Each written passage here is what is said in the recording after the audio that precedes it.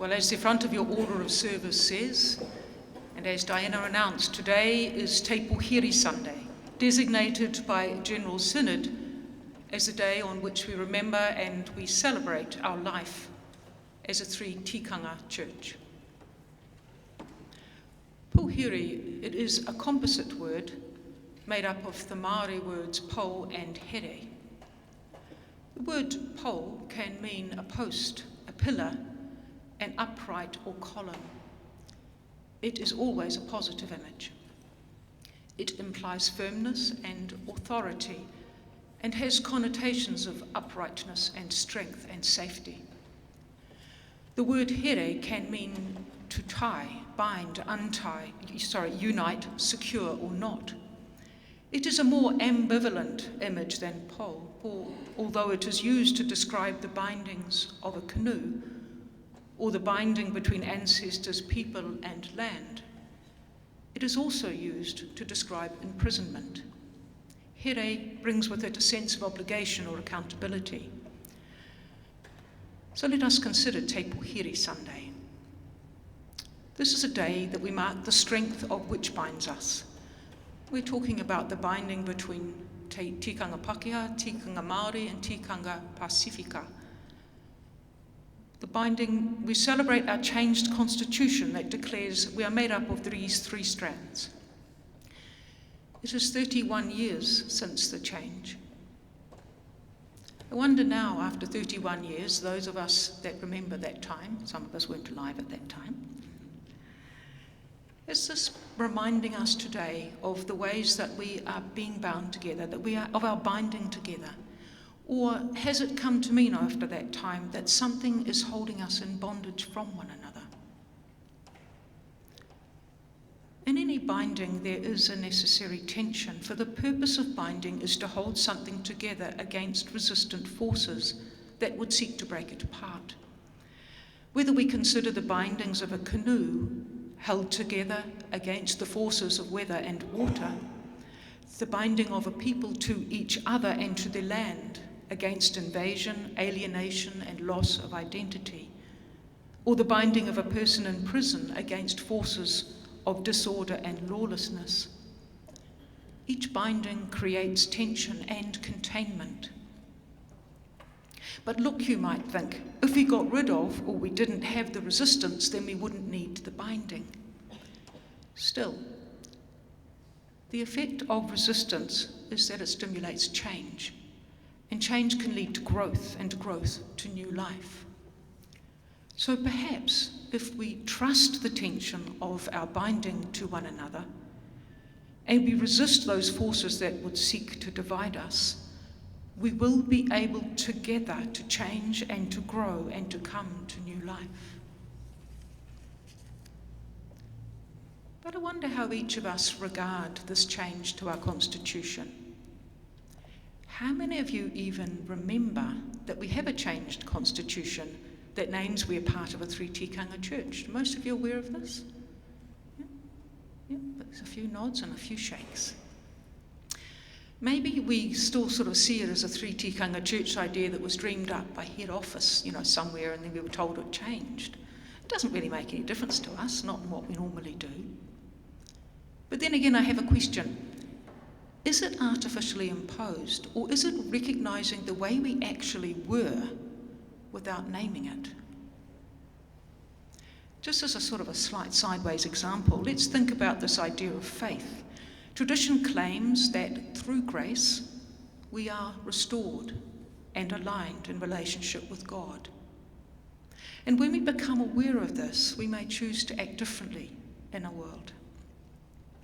As we act differently, do we do that because of a lingering sense that we have to work or to earn, to justify the fact we've been given this grace?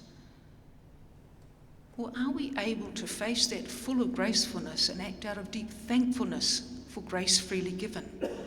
In our journey of faith, do we have a sense that we're working to earn a reward, or that we're growing to understand and accept and embrace the grace given us?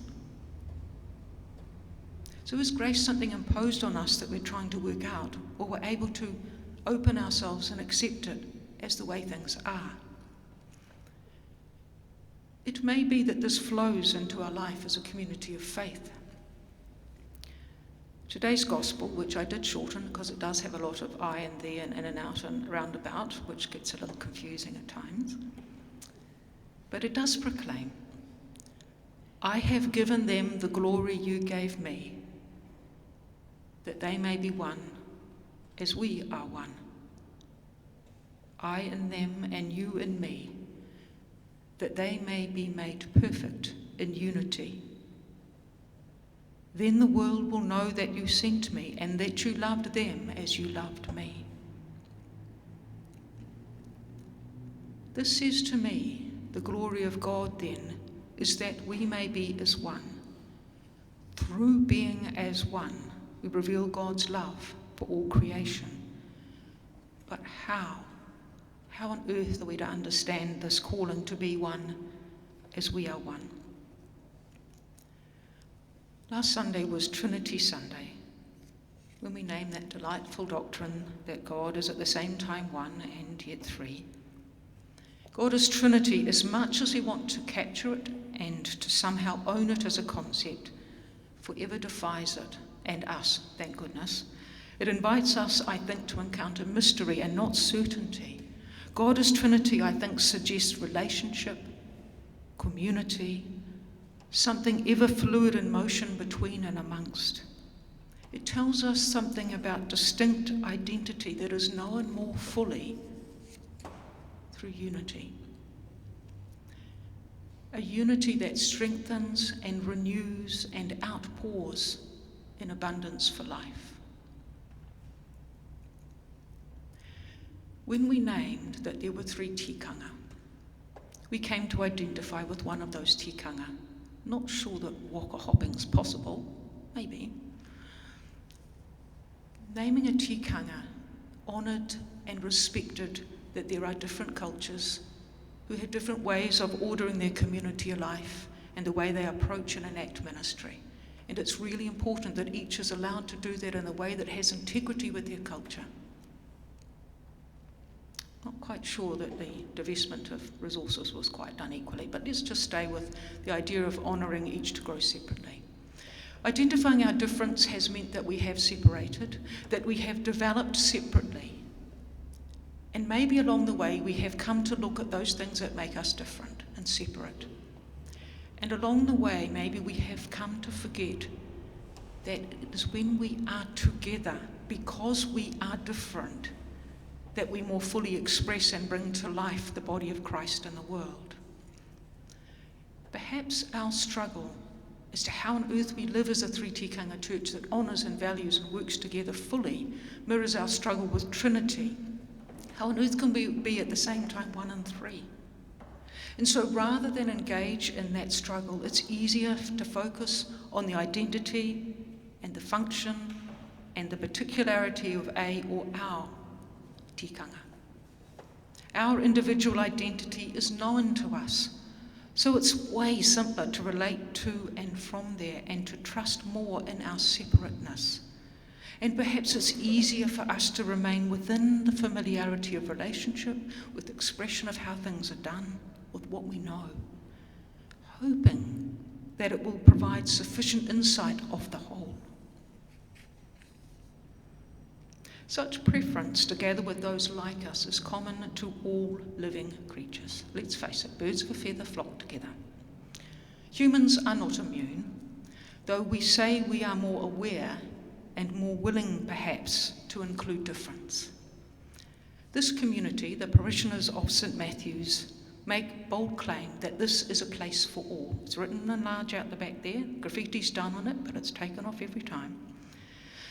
St. Matthew's is a place of active inclusion and embrace, perhaps especially of those different who find themselves outsiders in other places.